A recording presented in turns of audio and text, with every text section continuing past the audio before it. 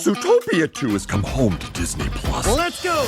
Get ready for a new case. We're the greatest partners of all time! New friends. Gary the Snake. And your last name? The Snake. Dream Team. New habitats. Zootopia has a secret reptile population. You can watch the record-breaking phenomenon at home.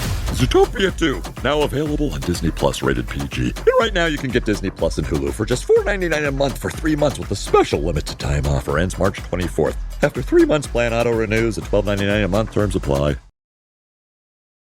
So, I know I said Toronto in the beginning, but we're actually going to Hamilton, Ontario. I know, right? Hamilton is a city just south of Toronto proper, home to around 500,000 folk. It's got that mix of industrial grit that Springsteen won't shut the hell up about, and quiet suburban neighbourhoods. To the east of Hamilton lies a community named of Stony Creek, an older neighbourhood, and you know what? It's a bit of alright, thank you ma'am. The talk of the town being them places for good eating. Plazas, warehouses, and pizzerias, funnily enough. Which is almost nothing to do with, I'm gonna talk about, so moving swiftly on. How about to the more industrial north side of the creek, as the locals call it. I call it. It was Sunday, February 28, 2021, and at a warehouse for a company called Colonial Pillars. Which sorta does like exactly what it says in the tin, because it's hard to get good pillars these days. A couple was just pulling in. It was Sunday. The warehouse was sitting quiet. No employees, no business traffic, just security cameras mounted high and a wide backlot that wasn't easily visible from the main road. Convenient. Tyler Pratt and his pregnant girlfriend Jordan Romano were not there for no big old pillars.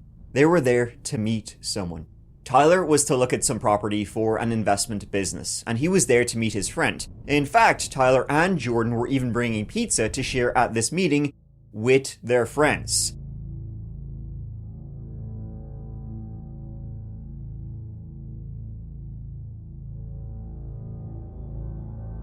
His friend who already owed him $500,000.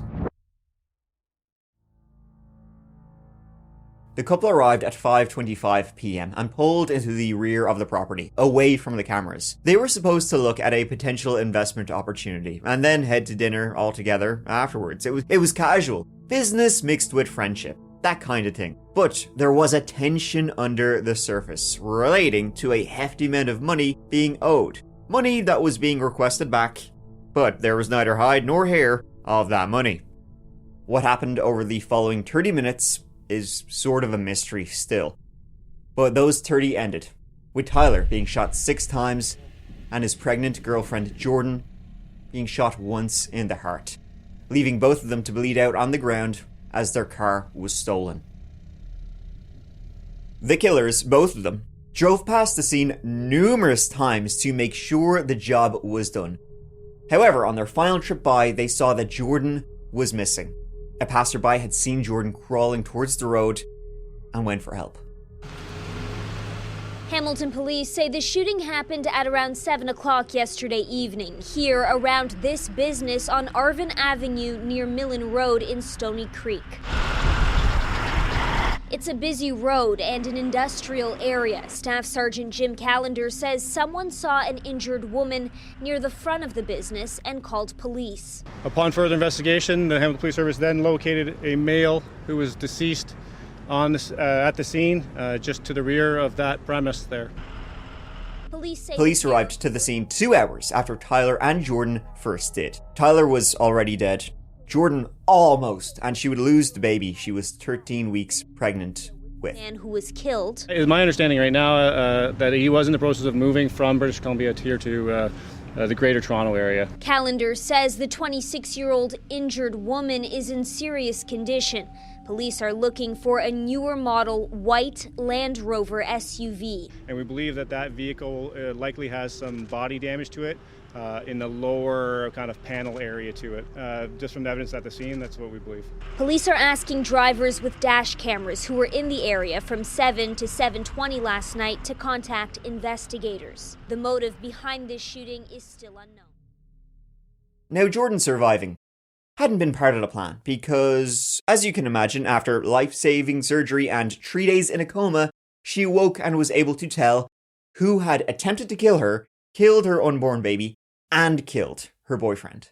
Hamilton police say these are the two suspects connected to the city's third homicide, and the pair are on the run. And it was their good friends, married couple, Oliver Karafa and Lucy Lee. However, as the investigation began, the police, they were on the back foot. See, Oliver and Lucy had learned that Jordan had survived. She was in a coma, but was due to wake up in a couple of days, and that was no good for them. So they thought, shit, yikes. Best not to hang around. Police say he and Lee were living in Toronto, but are no longer believed to be there. We believe they have left the greater Toronto area, including... When police finally knew who had committed the murder and the attempted murder, both Oliver and Lucy were long gone. So why had Oliver and Lucy done this? Well, wasn't there just that little matter of owing Tyler Pratt $500,000? And were they gonna pay him back? How about no? Yun Lu Lee, who went by Lucy Lee, was originally from Shenzhen, China, born in 1995. A triplet, as you can see, with big intentions and even bigger boob jobs. The family moved from China to Toronto when the girls were still quite young. The dad, he ran a driving school for Chinese immigrants, and the mom, she ran a wealth management company, which included a life...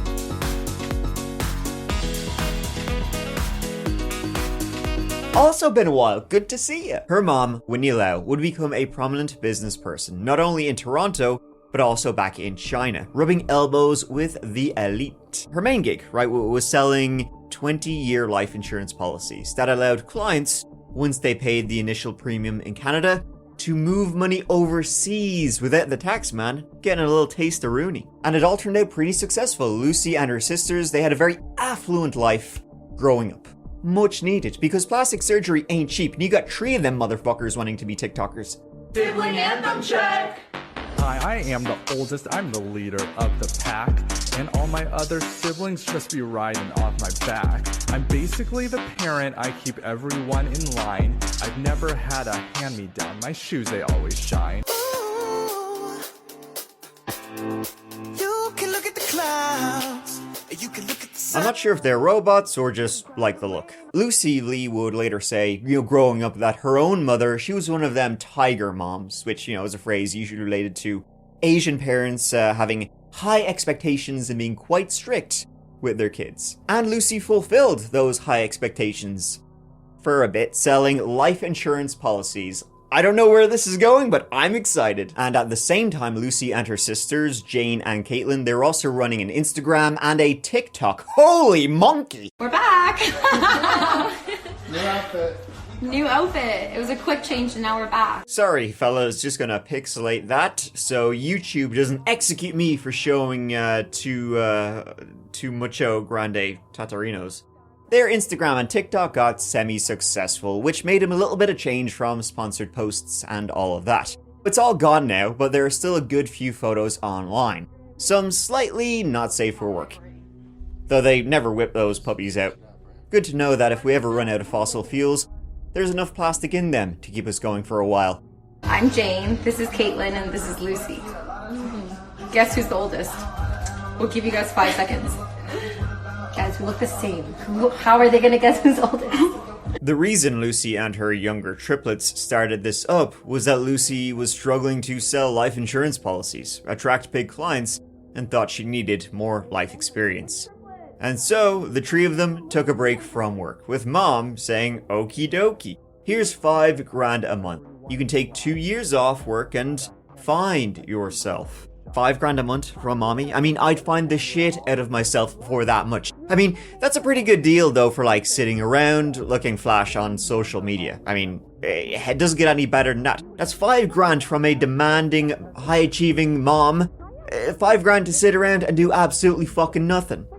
That's when the TikTok started, but it doesn't seem like it ever really took off. I mean, there's a live Ask Me Anything, and it's sort of awkward because it takes a really long time for anybody to ask the triplets a question.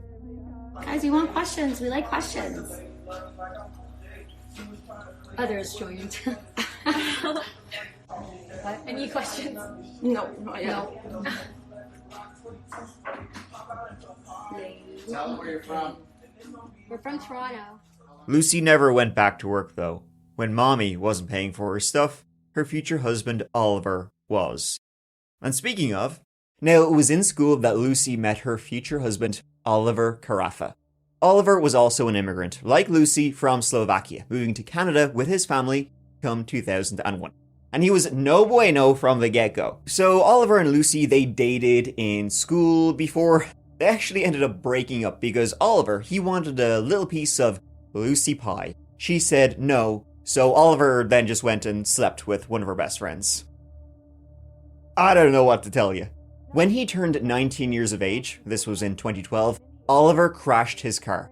Now Oliver was fine, but his friend sitting in the passenger seat was killed in that crash, which resulted in our boy Ollie getting a prison sentence because he was drunk as shit. The 19-year-old Toronto man accused of drunk driving and killing his friend in a high-speed crash earlier this week has now been granted bail. Now, the 19-year-old walked out of the College Park courthouse just moments ago in the same clothes he was wearing when he was arrested early Tuesday morning, charged with the impaired driving causing death of his 24-year-old friend, his fitness trainer, David Chang. Karafa must live under house arrest. He was sentenced to 5 years for impaired driving causing death and criminal negligence causing death. He was also prohibited from driving for 15 years. He initially applied for parole in January 2016, and this was denied due to incidents he had in prison. With the parole decision reading, and what a keen insight this is, the board suggested your behaviors since being incarcerated are indicative of a young man with an abnormal sense of entitlement. You agreed. You present as a person who believes rules made for society are for everyone else to live by, and not you. No shit. I mean, even as you can see in these news reports at the time, he just seemed like this real stuck-up little piece of shit. Everybody said at the time he was far more worried about going to prison than he was for his friend who was killed in the car accident he caused. It was around 2018, 1 year after being released on full parole, that Oliver and Lucy reconnected over Instagram. And boy howdy did they ever. They were living together after their second date. I'm still not sharing straws after the second date. The couple, they got this condo together. Oliver worked in sort of a little bit of everything. He was a salesman, so what he could do, he did. And he often did business back in Europe, where his parents had returned to. The couple, Oliver and Lucy, they even got married on one of those trips to Europe. And it was all very spur of the moment, but I guess that'll tell you how much they got going on, up here. It was spring 2020 in the depths of the pandemic, and the couple, they were living together and they were kind of going stir crazy. So they decided to go on a little holiday back to Europe, back to the motherland of Slovakia. Now Oliver, he could go no problem because he was a European citizen, but Lucy, she couldn't go because she wasn't European, and in the pandemic, they weren't allowing non-nationals to fly. So literally while they were at the airport in the line to board the plane, they found a marriage officiator on Zoom and got married there and then. They then spent a couple of months in Europe before coming back to Canada. And it was when he returned to Toronto that Tyler realized there was a lot of money to be made. But you know what they say, you gotta spend money to make it. He needed a whale. Enter Tyler Pratt. See, Oliver's idea, and what a whopper it was, during his time in Europe, he saw that hospitals and medical centers, all of that, they were in dire need of personal protective equipment. Couldn't get enough masks, gloves, that sort of thing. So Oliver, being the good soul that he is, he thought to himself, wow, millions of people are dying and people's lives are being ruined. How can I make money off of this? I'll buy PPE equipment in bulk in Canada, ship it to Europe, sell it at a premium. Legally ain't nothing wrong with that, pal. Just morally, you're below a Cocker Spaniel. So a mutual friend introduced Oliver to Tyler Pratt, who was a high-level dealer of the devil's dandruff. Tyler was like a multi-millionaire from dealing. He even made like $1 million in one day. Now, Tyler always described as a very nice guy, but I mean, he's still a drug dealer at the end of the day. He wasn't like a street-level drug dealer. He just made lots of calls and did big shipments in and out of the area.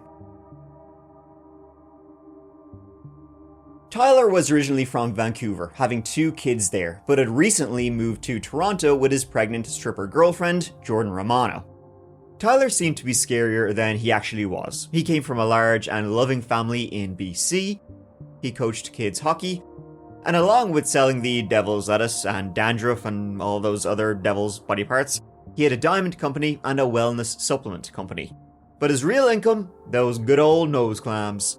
Jordan herself, she was from Ontario and moved back and forth between Toronto and Vancouver. And she would say her fiancé Tyler was always somebody who put his children first. And come 2020, he was looking to start to go legit, move away from, well, the stuff that'll get you 20 to life. Tyler and Jordan had a good-ass life. They took care of each other. No issues, never. They had been together for about a year by the time of, well, what happened. Oliver and Tyler, they had a meeting together, they sized each other up, and Tyler thought Oliver's plan of sort of extorting medical people back in Europe, thought it was a great idea. Fuck 'em. Within just a few days of meeting, Tyler sent Oliver $170,000 to invest to start buying PPE supplies in bulk. And over the following few months, he would send him a further $330,000.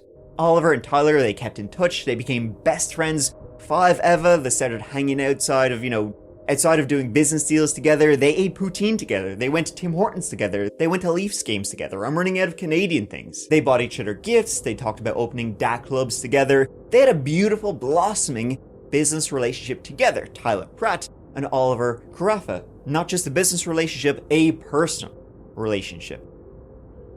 It was all gravy. Except for one little thing. It was actually quite hard to get PPE equipment in bulk in Canada because, can I shock you, Canada also had a bit of a pandemic problem, and hospitals and people in the area, in Toronto, they also needed that shit. So to cover up this bad investment, Oliver decided to, quite simply, lie. Lie to Tyler about what his money was doing. On the side, Oliver was trying to set up all these other business ventures. None of them worked. And after a while, Tyler was kind of curious about his money. Now, what Oliver did, he would forge these bank statements from bank accounts in Europe showing how much money they were making selling this PPE equipment in Europe. Oliver would tell Tyler, they were making like 70 grand per shipment. Oliver told Tyler and his girlfriend Jordan, I have $3 million with your name on it. And yeah, as you can imagine over time, Tyler has invested $500,000 of his own money, expecting profits of $3 million plus. After a while, he was like, money me, money now. Where money me? He wanted to start getting a taste of those profits he was hearing about, but not seeing. Eventually putting a deadline of March 1st, 2021. And the thing about Tyler is, always described as a very nice guy. Still a drug dealer, still involved with people who kill each other. If he doesn't get his money, he's not going to take Oliver to court. Oliver started panicking, and it was Lucy who came up with a stall tactic. Life insurance. She offered to set up Tyler and Jordan with a policy that was worth $1.5 million. If they paid the first premium in cash of that life insurance policy, the profits of the business in Europe would pay every premium after that. So essentially, they were getting their profits from this business tax-free. And also, Lucy told them they could take out a loan against that life insurance policy. All of what I just said was complete horse shit, and Lucy forged documents to show them this is how it could go. Plus, I just can't resist the good old life insurance policy. However, that didn't stall for too long, and as the day neared, when Oliver needed Tyler's money, he began to think of, maybe a different plan here to make Tyler go away and also not destroy his own reputation. Oliver and Lucy set up the meet for Tyler and Jordan, February 28. They arranged to meet at that warehouse, telling Tyler that it was actually owned by Lucy's rich mom. And Oliver said he had another business venture he wanted to show Tyler. He wanted to turn the warehouse into a weed growing operation. Tyler said, sure thing, and they arranged to go out for dinner afterward. Then, the day of, to cover up their tracks for the planned double murder investigation that was coming, both Oliver and Lucy left their phones at home, to make it seem like they never went anywhere. That day, Oliver left the apartment via the stairs, which had no camera. Lucy left via the elevator, wearing a wig she had used in one of her Instagram posts. Oliver actually switched cell phone SIM cards with a friend so he could contact Tyler and go to him, while the SIM registered to him would say he was elsewhere. He switched with a friend named Fei Chin, and then later on that day, after the upcoming shooting, they switched back. So, as you can imagine, this would make it look like Fei Chin was at the scene of the shooting, according to phone records. He then bought a new car, which he drove to the meeting so his own wouldn't be recognized on CCTV. And even before the shooting, he had arranged for his new car and Tyler's own car to be broken down. Lucy's own Mercedes safely back at their condo. They then waited round back for Tyler and Jordan, who had brought pizza to share with their friends. Oliver and Lucy met with Tyler and Jordan. They were supposed to show off a grow house. Tyler even brought money himself for the possible investment. And Oliver started bullshitting. He said there was a realtor who was supposed to meet them there to show them around. Lucy was even sent to find a lockbox for the warehouse key. Lucy and Jordan sat in the car. Jordan saying Lucy was unusually quiet and poorly dressed, as she usually dressed to the nines. I guess Lucy didn't want to get blood on her nice clothes. However, Tyler soon got a bad feeling. At that meeting, Tyler began to realize that he was being bullshitted, that something was up, and he started to get angry. It was then Oliver pulled out a 9mm and pointed it first at Jordan, who was still sitting in the car. And he opened up on her. He then turned it on Tyler Pratt, killing him, shooting him dead. Jordan would say that, although her memory was cloudy, Oliver's face suddenly changed, and he whipped out the iron, pointing it first at Jordan, who was still inside the car. Oliver said to Jordan, "Get out of here, Joe," then immediately started shooting her, so not much of a help. Jordan panicked, she put the car into reverse, while Tyler remained, and all she heard her fiancé say was, "What the fuck, bro?"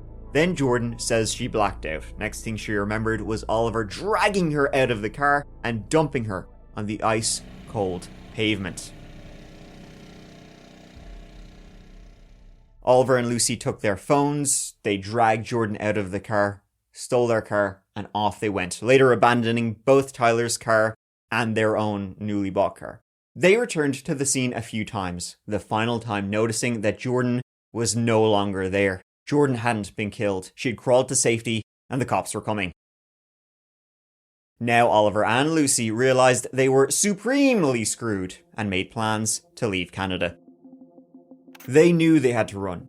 CCTV would show them leaving their condo at 3 AM on March 1st, about 9 hours after the shooting. They then drove to Muskoka and parked at a general store, leaving Lucy's car there.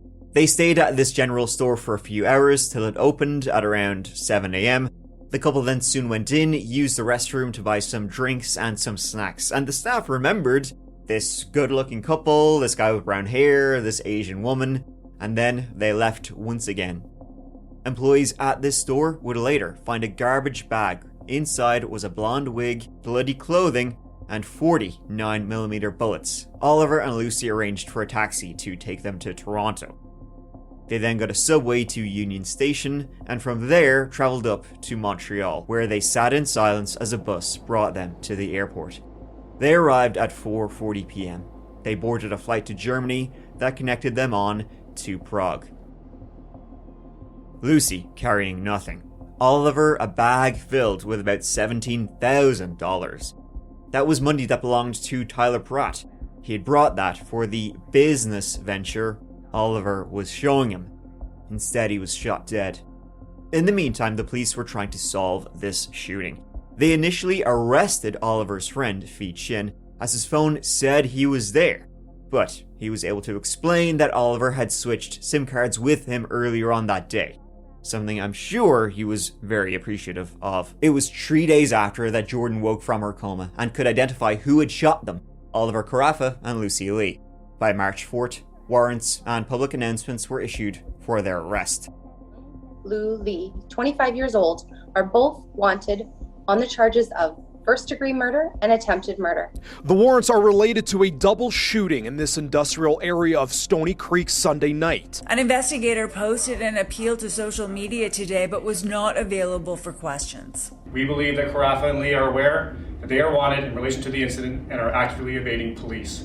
Oliver and Lucy, if you're seeing this, we encourage you to turn yourself in. Karafa was in jail until 2017 for this 2012 drunk driving crash in which he was found responsible for the death of a friend.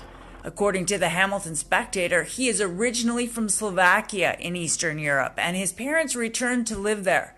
The report also says Lee's family reached out to her through Chinese language media, urging her to cooperate with police. In their appeal on social media today, Hamilton police tagged several European news agencies. We are working closely with international authorities, and we are positive that our investigation will lead to your whereabouts. We will continue to relentlessly pursue you. By this stage, the couple were deep in Europe. After arriving in Prague, ahead of the news of them being wanted, they stayed with a business partner before getting an Airbnb. They then took a train to Slovakia and stayed with Oliver's parents. It was by then that the warrants were out, and they were alerted. The police are after them, including Oliver's parents. However, Oliver's parents tried to hide Oliver and Lucy, later saying they'd already lost their son once to the Canadian justice system. They didn't want to go through that again. I mean, fucking hell, that. And they took them to a friend's house, where, according to Lucy, two strange men appeared, claiming to be Europol officers, and were telling Oliver and Lucy that they could make the warrants disappear. Oliver's dad paid them about 250,000 euros. Lucy's mom about 200,000 euros. So Oliver and Lucy's parents paid, in total, to make them disappear about 550,000 United States dollars. They definitely got suckered by some human trafficking gangsters. The more the merrier. The more bad things happens to them, the merrier we will be. Oliver and Lucy were then whisked away. They lived under fake passports at this time, Oliver going by Jakob Nichte and Lucy by Ying Feng Nichte. They were eventually taken to Magyarország, across the border, and ultimately landed in an Airbnb in Big Budapest. And then, they were just chilling. In fact, Oliver and Lucy were told that the warrants had gone away, and they could just act normally. However, they were not. And on June 12th, 2021, bounty hunters from the KORNNI, which is the National Investigation Bureau of the Standby Police, some kind of hot shit Hungarian police, they tracked them down in the party district of Budapest and nabbed them in the middle of the night. They had been working closely with Canadian authorities. Womp womp. They had been on the run for 103 days. The massive fugitive hunt ended here in scenic Budapest. New images show the suspects flanked by Hungarian police in a part of the city known as the Party District. Police say the two traveled through Slovakia, the Czech Republic, and on to Hungary, where they were surrounded as they walked down the street, after Hamilton police got some information and relayed it to their counterparts overseas. Now Lucy, she immediately waived extradition and was sent back to Canada. Oliver, though, he was like, he thought he'd just chill in Europe for a little bit longer. He actually wanted to go back to Slovakia because he was saying this, of course, that Toronto's not safe. It's very, very corrupt, and his life would be in danger if they sent him back to Canada. But Lucy seemed like she was actually happy to be back in Canada, and Lucy, dirty little dog, she turned into a bit of a tattletale. So right off the bat, you're not impressed with Tyler and Right off the bat, I say do not associate with these people because they're not good for our social image, and because she's a known Hamilton stripper, and Tyler is known in Vancouver as like a scary gang member, according to some mutual friends that I feel really rude, and I don't want to not seem like I don't want to cooperate, and if it was up to me I would just tell you guys everything, but my lawyer and my mom strongly instructed me not to say anything, and they said that they're on my defense while you guys are not on my defense. So I don't know, I just feel like I shouldn't say anything until I speak with them on Wednesday. I think they said that they're gonna come see me on Wednesday. She spoke a lot in the police interview. Now she would say, I'm not talking about the murder, an attempted murder, but she kind of wouldn't shut the fuck up about literally everything else. Oliver has a PPE business, so that part I knew. Yeah. And was he looking for investors in the PPE business? I have no idea, because Oliver and my relationship, he deals with the finances in the business, but he doesn't really, he tells me the gist of it, but he never really tells me like the figures, what he's doing, and it's always been like that since me and Oliver's been dating. How long have you guys been together? We've been together for almost 3 years, but we've known each other since high school.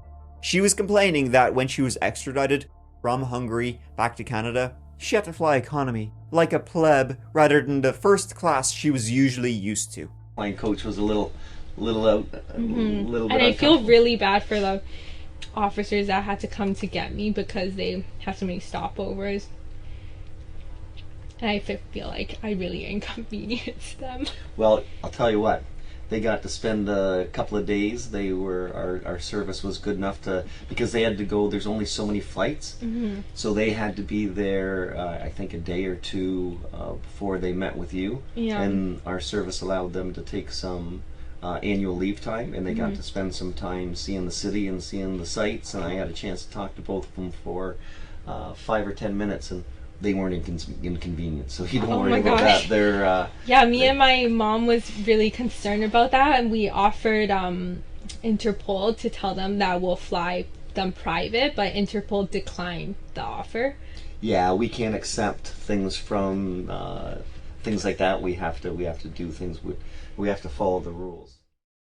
Lucy claimed to know nothing about the scams, which already sounds like a lie. In fact, she said she didn't even want Oliver to do business with Tyler, setting up her defense as an unwilling accomplice. Lucy was later granted bail, which is mad because she participated in a bit of an L murder and attempted murder. Her mom, her rich mom, wealth management life insurance lady, had to cough up $2.7 million, but Lucy was out on bail for a bit. Bail was granted today for Lucy Lee, one half of a Toronto couple facing murder charges in connection with a shooting in Stoney Creek last year. Young Lucy Lou Lee was released from custody today after her family pledged $2.7 million in bail. For about 4 months, Lucy was out of jail till she decided to just go partying and start communicating with people she was forbidden. It was forbidden for her to communicate with these people. She did anyway. She went back to jail. Her mother had this to say about her breaking her bond conditions. She never imagined for a moment that her daughter would do something as thoughtless, selfish, irresponsible. Bitch please, she killed somebody and fled to Europe. In the meantime, Oliver arrived back in Canada, the trial beginning in 2024. It was 3 years since the shooting. They were both tried at the same time. Oliver's defense pointed the finger at Tyler being a scary guy, connected to dangerous people, and that Tyler had threatened Oliver in the past. The shooting was in self-defense. Tyler once said he would break Oliver's legs. He knew biker gangs, the Hells Angels, the defense said. Lucy, she laid it all at Oliver's feet, saying she didn't know the killing was going to happen. She was scared, she didn't know what to do. She knew Tyler was connected to scary people, so she needed to go on the run, yada yada yada. She testified, Oliver didn't. She didn't know the shooting was going to happen. Of course she didn't. That's why she went to the elevator in disguise and avoided showing her face on CCTV. She said Oliver told her to do this. She then ran away with Oliver, who told her she was in danger. But she didn't actually know what had happened. She never saw anything. And the defense really tried to portray her as this sort of ditzy bimbo who was naive and tricked into doing or helping do something horrifying. Oliver was the mastermind. Lucy just wanted to doom scroll on TikTok. In fairness, in that interview, she does seem quite stupid. Lucy would say at trial, quote, "I don't think I'm clever. Sitting here today, I think I'm maybe the stupidest person in this room. In the world, maybe. I married a guy who shot not just a woman, but a pregnant woman, as well as another guy. And I missed so many red flags. I continued to be in love with him. And I really feel like an idiot right now." I mean, that's sort of Lucy there in a nutshell now, She's on trial for a murder and attempted murder, yet she acts like she got scammed out of 20 bucks. Sharp as a cue ball, this one. Ultimately, both were found guilty on all charges. Lucy Lee and Oliver Karafa have both been found guilty of first-degree murder and attempted murder in the killing of 39-year-old Tyler Pratt and shooting of his pregnant girlfriend, Jordan Romano. First-degree murder carries an automatic life sentence in prison, with 25 years before parole can be considered. The judge also sentenced the pair to 15 years each for attempted murder, concurrent to their life sentences. Both Oliver and Lucy were sentenced to life in prison with no parole for 25 years. Both remain in prison to this day. Oliver still filing appeals. Lucy is searching for a new lawyer. Jordan, one of the victims in this case, from her TikTok seems to have moved to Miami and started fresh. I think that's fair for her to do so. And Sinead, folks, that is the story, the beautiful story of Oliver and Lucy, dumb and dumber. Hard to think they could get any more cold-blooded or stupid as they did with what they did, a senseless, tragic murder. But you know what? I'm always amazed. They MacGyvered it. They figured it out to do the stupidest things possible, including fleeing to Europe and getting fake passports. You know, while they were in Europe, they get involved with some kind of shady underground group that hid them for a while. Oliver's dad had to pay 250,000 euros to this group. Lucy's mom, a further 200,000 euros. It was like they smuggled them across borders, gave them fake passports, and in the end, that money did sweet F all. Which is great.